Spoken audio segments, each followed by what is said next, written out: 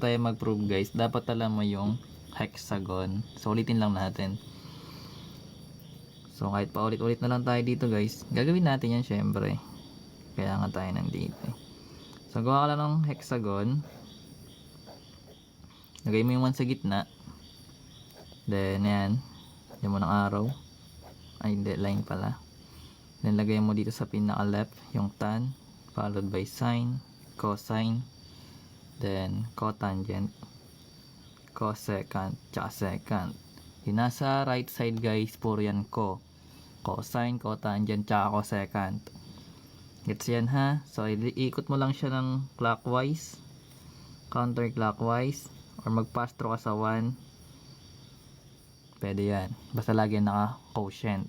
Kunyari, sine equals cosine over cotangent. Pwede siyang tangent over secant. Pwede siyang 1 over cosecant. Remember, pag nagpo-prove, dapat naka-form lang siya ng sine cosine para hindi ka mahirapan. So, kunyari, may given ka na cosecant.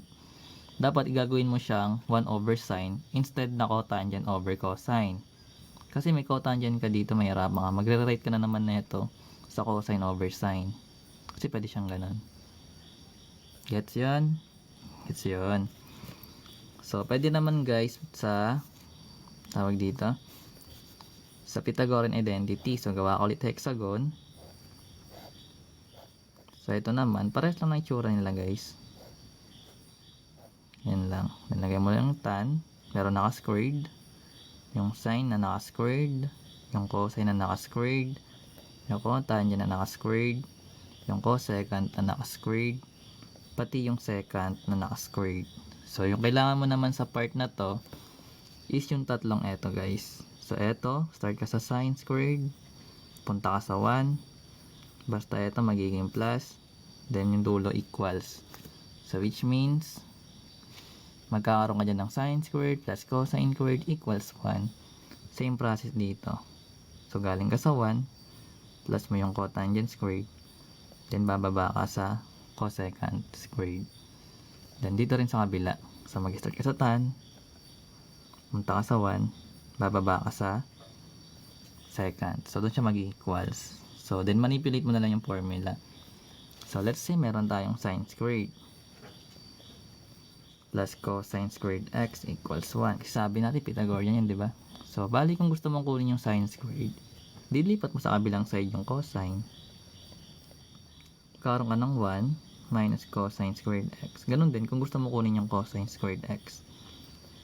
So, mamanipulate mo na lang siya gamit ito. Kung gusto mo kunin yung tangent, lipat mo yung 1. Gusto mo kunin yung cotangent, lipat mo yung 1 sa kabilang side. Gets yun? So, ito lang naman kailangan mo guys sa proving actually. Total wala naman siguro ng double angle. Sa double angle kasi iba na yun eh. Another formula. Anyways. Ano tayo bang isang given? Isa lang. Tinamad. So, meron dito guys, secant x minus tan x sin x equals 1 over secant x. Ano ba yung 1 over secant? By the way, yung 1 over secant guys, saan to equal? Equal to sa, sige lapag mo, pwede yan sa cosine, diba? Kasi yung cosine equal sa 1 over secant. So, dapat secant kakalabasan, cosine kakalabasan na ito. So, remember, ayun, gets natin yan na. So, ngayon, gawin lang natin yung mga formula na, itong mga given, into form ng sine cosine. So, kung meron tayong secant, instead na gagawin natin siyang tan over sine, gagawin lang natin siyang 1 over cosine. So, magkakaroon ka ng 1 over cosine x minus yung tan x natin guys. Naka-over lagi. So, yung tan x, instead na gawin natin siyang 1 over cotangent or secant over cosecant, dun tayo sa sine over cosine. So, magiging sine x. Hindi. Naka-form lagi siya ng sine cosine. Hindi ka mahirapan. Then, meron tayong sine x. So, sine x naman to. Edi, okay na yan. Pag magkatabi yung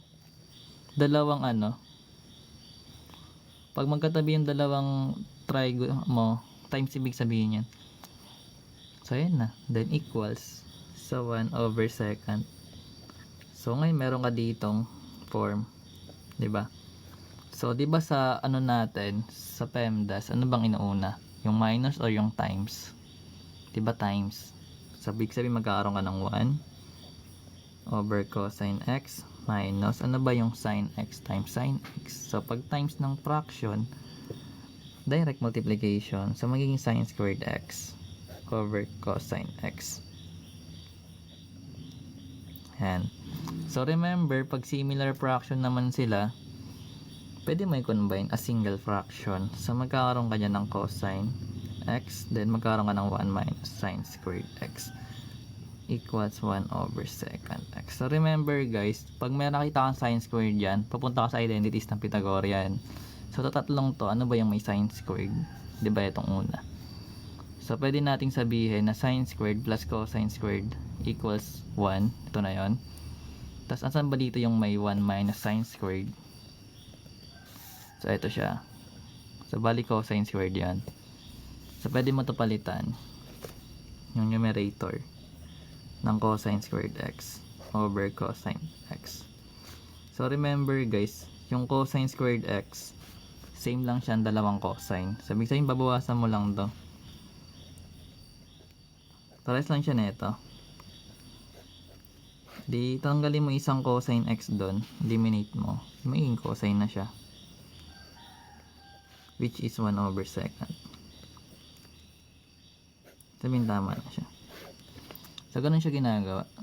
Pag may nakita kang may square dito, tingin ka dito sa identity small, kung ano doon yung pwede mong manipulate para makuha mo yung identity.